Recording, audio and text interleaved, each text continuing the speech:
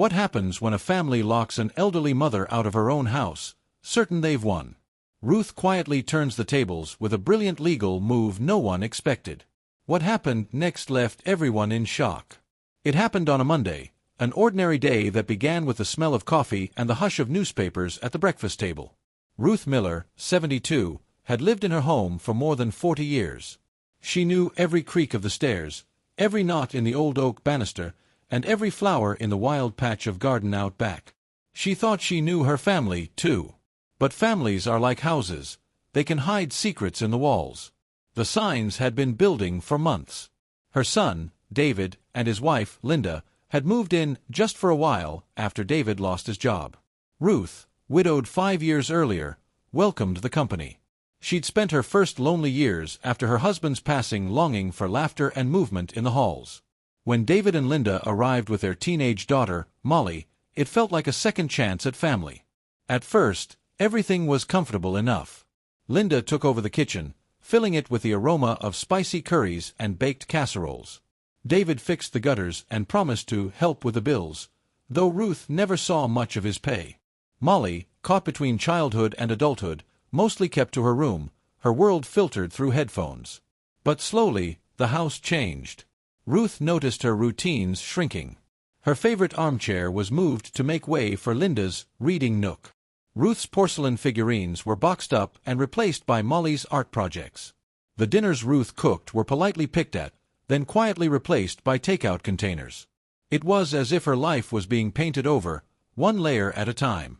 Still, Ruth tried to adapt. She told herself it was normal, that families must learn to share space. She bit her tongue when she saw her best china used for microwave dinners. She smiled, thinly, as Linda announced she'd hired a cleaner and decluttered the living room, throwing out old family albums without asking. But the real trouble began the day Ruth suggested David start looking for work. He'd been on the couch for weeks, networking on his phone, sleeping late, and leaving his mother to pay the bills. Linda bristled at the suggestion. "He's going through a hard time, Ruth. He doesn't need pressure right now," she snapped. After that, everything shifted. The tension in the air was thick as dust. One evening, Ruth came home from her weekly bridge game to find the locks changed. She rattled her key in the front door, confusion quickly giving way to dread. The porch light was off, the curtains drawn. When she knocked, Linda opened the door just a crack, her face cold and composed. "We need space, Ruth," Linda said. "You should stay with your sister for a while. We'll call you when things settle down." The door closed in her face. Ruth stood on the porch, numb and shivering in the dusk. She called for David, but he didn't answer. She dialed her sister, then her neighbor, and finally the police, her voice trembling. The officer who arrived listened, kind but powerless. "If your name's not on the deed and they say you're trespassing, there's not much I can do, ma'am." Ruth's heart pounded as she stared at her darkened home. She felt invisible, erased. In one night, her world had shrunk to the size of a suitcase and a spare bedroom at her sister's house. But while her body sat in that cramped guest room, her mind raced. She remembered every payment she had made, every form she had signed after her husband's death, every line on every document. She was not the sort to be pushed aside. That night, as the rain tapped the window and the ache of betrayal settled in her bones, Ruth made a silent vow. They might have locked her out, but they had forgotten something she never would. She knew her rights. She knew her history. And soon, they would learn that you can't evict a woman from her own life, not without a fight. Ruth lay awake until dawn, the image of her home burning in her memory, not with grief, but with a stubborn, rising fire. She would find a way back. And when she did, no one would see it coming. The following morning found Ruth sitting at her sister Edith's kitchen table, staring into the dregs of a cold cup of tea. Edith hovered, her concern barely masked by her bluntness. "You're not going back there, Ruth. Not until you've got this sorted." Ruth nodded, forcing a brittle smile. Inside, she was churning, hurt, furious, and above all, determined. She spent the first day calling every number she could think of, her family attorney, old friends, the bank manager who'd handled her accounts for decades. Everywhere, the same story. "Your son and daughter-in-law have changed the locks? Did you sign anything recently? Is your name still on the deed?" Each question stung, But Ruth answered them all, pulling on the sharp clarity of her anger to keep from crumbling. Edith helped her dig through boxes of old paperwork, searching for every document Ruth had stashed over the years.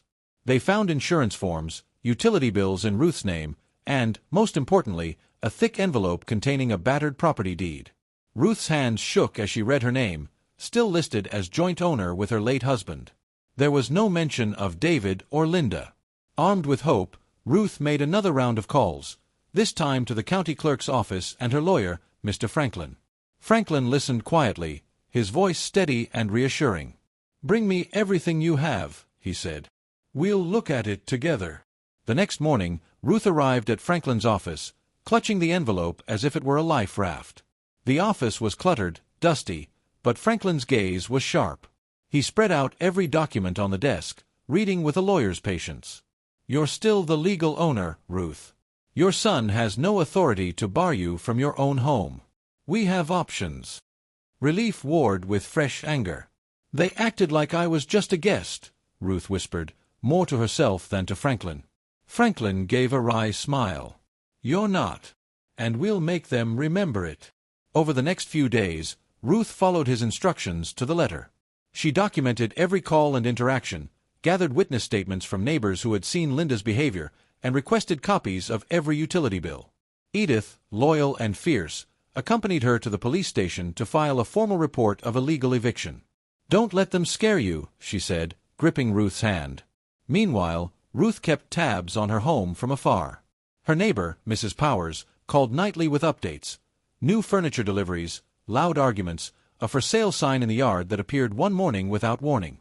Each call fueled Ruth's resolve. Linda, believing her plan successful, grew bold. She posted pictures on social media, redesigning her home, inviting friends for brunch. Ruth scrolled through the posts, capturing screenshots. She saw Molly's face, uncertain and pale in the background, and her heart broke, but she held firm. The first glimmer of hope arrived when Franklin called with news. "You have every right to reclaim your property, Ruth. And if they're trying to sell it without your consent, that's fraud. We're going to file an injunction. We'll need to serve them with legal papers." Ruth's pulse quickened. "Will I need to see them?" "Not yet," Franklin replied. "But soon. And when you do, you'll have the law on your side." Ruth thanked him and hung up, staring at her trembling hands. She had felt powerless for so long, but now every page of paperwork, every supporting voice, was a brick in her defense. She was not just a victim. She was a fighter, with truth, and now the law behind her. As night fell, Ruth sat on Edith's porch, breathing the cool air, and realized something she hadn't felt in days. She was going home. She just had to open the right door. By Friday, word of Ruth's ordeal had quietly spread through the small town. People who'd known her for decades began to stop by Edith's house with casseroles and stories, promising to vouch for her character if needed. The sense of isolation that had haunted Ruth for days was slowly replaced by the comforting weight of her community's support. At the same time, her attorney, Mr. Franklin, worked quickly. He filed a formal injunction at the county courthouse, a move that would freeze any attempt to sell or transfer ownership of Ruth's home. The injunction, he explained, would be delivered by a process server directly to David and Linda. It will get their attention, he promised, and it will stop any sale in its tracks. Ruth felt a surge of anxious anticipation. She'd been on the defensive for weeks, but now the momentum had shifted. For the first time, it was David and Linda who would have to answer for their actions. That Saturday morning, a heavy knock sounded at Ruth's former front door. Linda answered, expecting a delivery. Instead, a plainclothes officer handed her a sealed envelope, official, heavy with authority. David took one look at the paperwork and went pale. The word injunction seemed to echo in the hallway. The fallout was immediate. Linda's social media posts went dark. The for sale sign vanished from the yard by noon.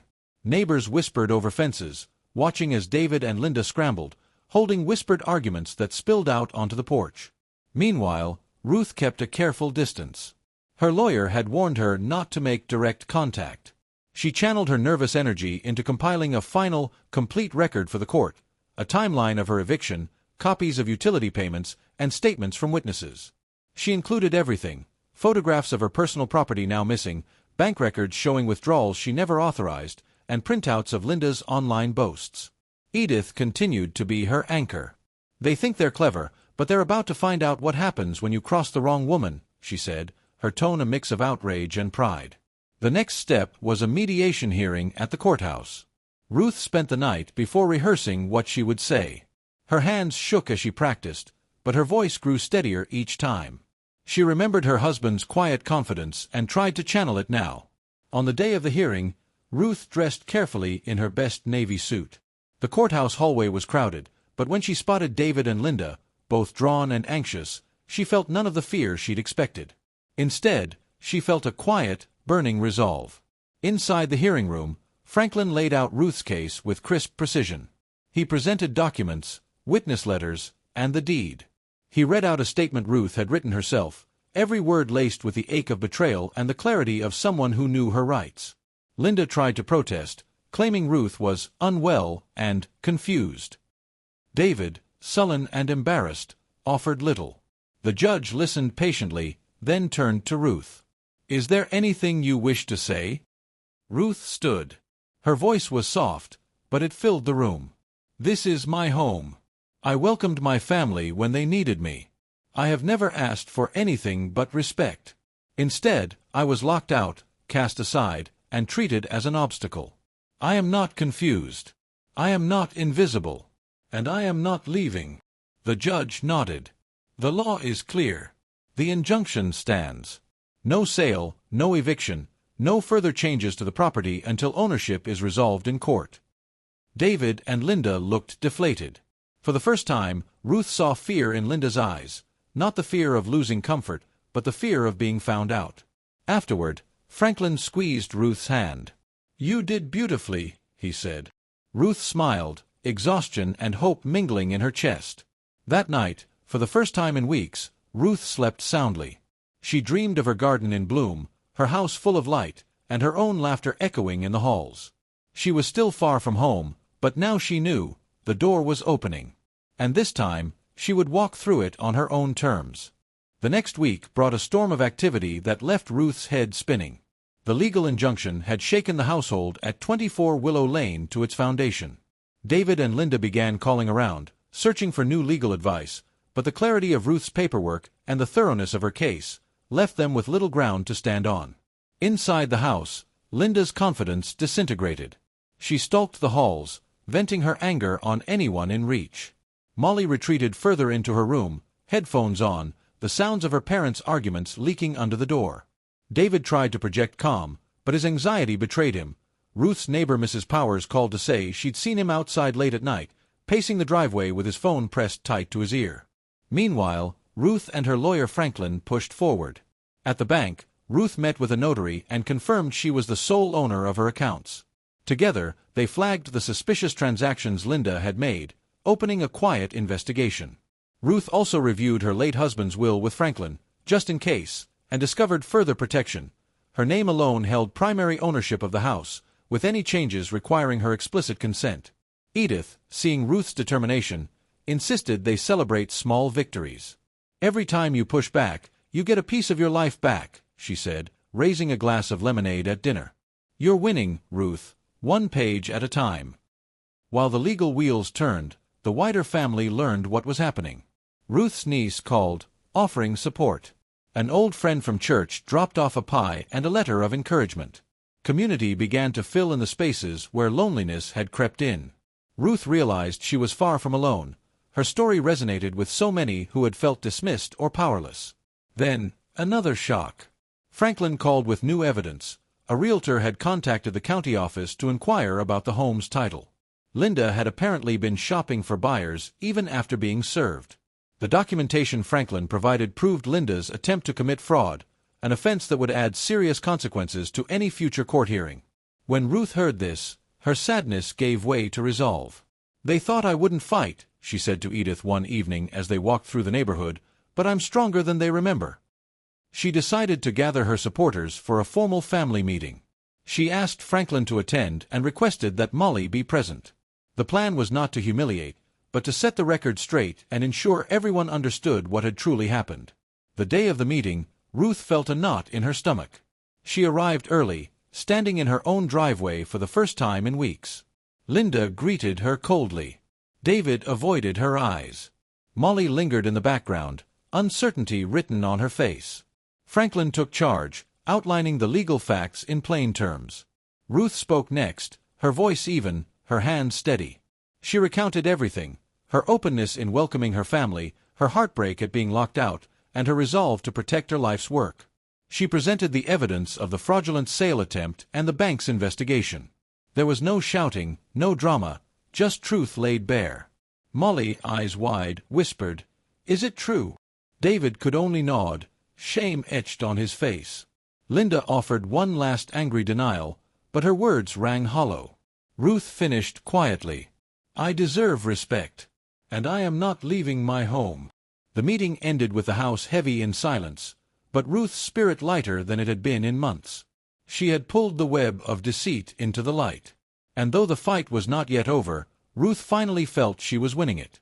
The days after the family meeting were charged with an uneasy quiet. Ruth noticed it in every detail: the hesitant way David shuffled past her in the hallway when she came to collect mail, the silence that clung to Linda whenever their eyes met, and even the heaviness with which Molly closed her bedroom door. The house she'd built for comfort and kinship was now a place where each person seemed to orbit alone, afraid of colliding with the truth. Ruth moved with gentle confidence, reclaiming small pieces of her life. She stopped by the garden to weed the flower beds, her hands finding comfort in the familiar earth. She sat at her old piano, letting the notes ring through the empty rooms.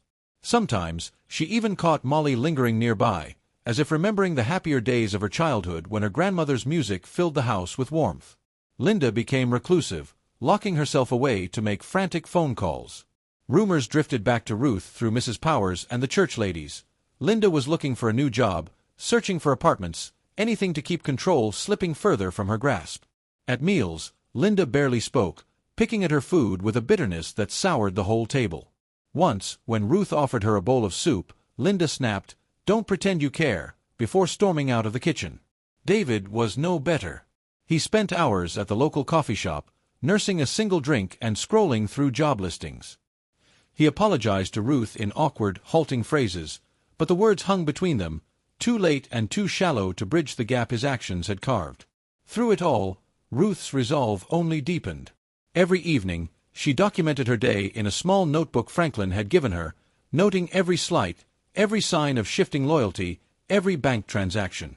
Franklin checked in often, encouraging Ruth as the bank's investigation into Linda's unauthorized withdrawals expanded. "You're not just protecting yourself," he reminded her, "you're setting a precedent. You're showing them that boundaries matter." One afternoon, Ruth found Molly sitting on the back steps, head bowed, earbuds silent for once. The girl looked up as Ruth approached, uncertainty flickering in her eyes. "Grandma," she whispered, "are you mad at me?" "At Dad?" Ruth sat beside her, resting a gentle hand on her shoulder. "No, Molly. I'm sad about what happened. But I'm not angry with you. I just want us all to feel safe in our own home." Molly sniffed, leaning into her grandmother's side. "I missed you," she said. That night, Ruth prepared dinner, her famous chicken pot pie, the recipe passed down from her own mother. She set the table for everyone, even Linda, and waited. Slowly, they trickled in, David, silent but present, Molly, hopeful, Linda, last, still tense. The meal was awkward at first, but as the conversation drifted toward shared memories, stories of Ruth's late husband, tales of Molly's childhood, the ice began to thaw, just a little. But Ruth knew the real test would be in the days to come. The legal battle was not yet finished, and the bank's findings would soon force new reckonings. Still, that evening, as laughter hesitantly returned to the table, she allowed herself a small, private smile. The house was still divided. But piece by piece, Ruth was stitching her family, and her life, back together. A week after the awkward family dinner, the bank's investigation reached its conclusion. Ruth received a letter by registered mail confirming that multiple unauthorized withdrawals and suspicious account activities had taken place. Linda's name was all over the documents. Franklin, Ruth's lawyer, called her with the news. The evidence was irrefutable, and the bank would be pressing charges unless Ruth wanted to settle matters privately within the family. Ruth was given the final say. Ruth felt a powerful calm. She was no longer just defending her right to her home, she was holding her ground as the matriarch, the woman who refused to be erased or shamed into silence. That night, she sat at the kitchen table with David and Molly. Linda joined them, her face pale, her movements stiff. Ruth laid the letter and documents in front of them. "We have a choice," she said. "This can go to court, or we can settle it here, with the truth laid bare and promises kept." David looked devastated, his gaze bouncing from Ruth to Linda and back. Molly sat frozen, hands clenched tight. Linda, her pride stripped bare, could not deny her guilt any longer. I'm sorry," she said, her voice cracking. "I made mistakes. I thought if I just had a little more time, I could fix everything. But it got out of hand." Ruth listened in silence, the weight of so many years settling on her shoulders, then lifting as she exhaled. "This is my home. I trusted you because you are family. That trust was broken, but I am willing to give you a chance to make things right, if you respect my rules from now on." There were tears, apologies, awkward silences, but in that moment, a real reckoning began. Ruth demanded that all her financial access be restored, and that she approve any major decisions in the household. Linda agreed to attend counseling, and David vowed to find work and contribute to the bills. Molly, with tears in her eyes, promised to help however she could. The following days were filled with change. Linda took a job at a local market and, slowly, began to repair what she had damaged. David worked odd jobs, coming home each night tired but grateful to be welcomed at the table. Ruth, for her part, felt herself growing lighter and more energetic, as if years of fear and humiliation were sloughing away. Neighbors who had witnessed the drama stopped Ruth on her walks to tell her how proud they were of her. The bank formally restored all her accounts, and Franklin assured her that she was fully protected from now on. Edith visited often, delighted to see her sister not just surviving, but thriving. As autumn leaves drifted across the lawn, Ruth took back every small pleasure she had missed: the sound of her own laughter in the kitchen, the sight of her flowers blooming by the front step, the warm, real hugs from her granddaughter. The house, at last, felt like it was truly hers again. But Ruth knew the story wasn't quite over. One final step remained, to claim her victory not with vengeance, but with dignity. The first frost of winter dusted the grass outside Ruth's home as she prepared for one final gathering. This time, it wasn't a confrontation, it was a celebration. Her birthday was approaching, and Edith had insisted they mark the occasion properly. Ruth agreed, seeing in it a chance to reassert her place not only as the owner of the house, but as the heart of her family. The days leading up to the party were filled with activity. David and Molly hung decorations and baked a chocolate cake from Ruth's old recipe. Linda kept her distance at first, but gradually she was drawn in, offering help in small, tentative ways. The air in the house was lighter now, apologies had been made, but more importantly, respect had been restored. The pain hadn't disappeared, but it no longer dominated every conversation. On the evening of her birthday, the house filled with neighbors and friends. The living room echoed with laughter and music. People brought flowers and cards, and Mrs. Powers arrived with a pie as sweet as her words. "You showed them, Ruth. You showed all of us what strength looks like." Even the church ladies who'd quietly watched from afar now embraced Ruth, their praise genuine and warm. After dinner, Edith stood to make a toast. To Ruth, the woman who built this home, who held her family together through storms, and who reminds us all that dignity can never be taken, only surrendered. Ruth felt tears prick her eyes as she looked around the room. For the first time since the day she'd been locked out, she felt entirely present in her own life. No longer a guest or an obstacle, but a matriarch, respected, trusted, unmovable. Later that night, as the last guests departed and the kitchen filled with the smell of coffee and candle wax, Ruth sat at her table, savoring the moment. David came to her quietly and hugged her tightly. "Thank you for not giving up on us," he whispered. Linda, awkward but sincere, handed Ruth a small, gift-wrapped box. Inside was the key to the house, the very one Ruth had lost on that terrible night. "This belongs to you," Linda said. "We all do." Ruth smiled, her laughter light and unburdened. "I never left," she replied gently. "I just waited for you to remember." In the following weeks, the house was filled with new traditions and old memories reclaimed. Ruth returned to her garden, to Sunday dinners, to quiet evenings by the fire. Her seat at the table was never in question again. She even volunteered at the local library, helping others, often women her age, navigate the legal and emotional mazes she'd survived. Word spread in the community about Ruth's perseverance. Friends began calling for advice. Strangers stopped her in town, inspired by her story. She realized, with a sense of wonder, that her fight had meant something beyond her own front door. One crisp morning, as sunlight streamed into her kitchen, Ruth brewed herself a strong cup of tea and unlocked the front door, letting the world in. She gazed around at the house she had reclaimed, not through anger or vengeance, but through dignity, truth, and a refusal to be erased. They had locked her out. But in the end, Ruth had the last laugh. Her home, her life, her rules, restored for good.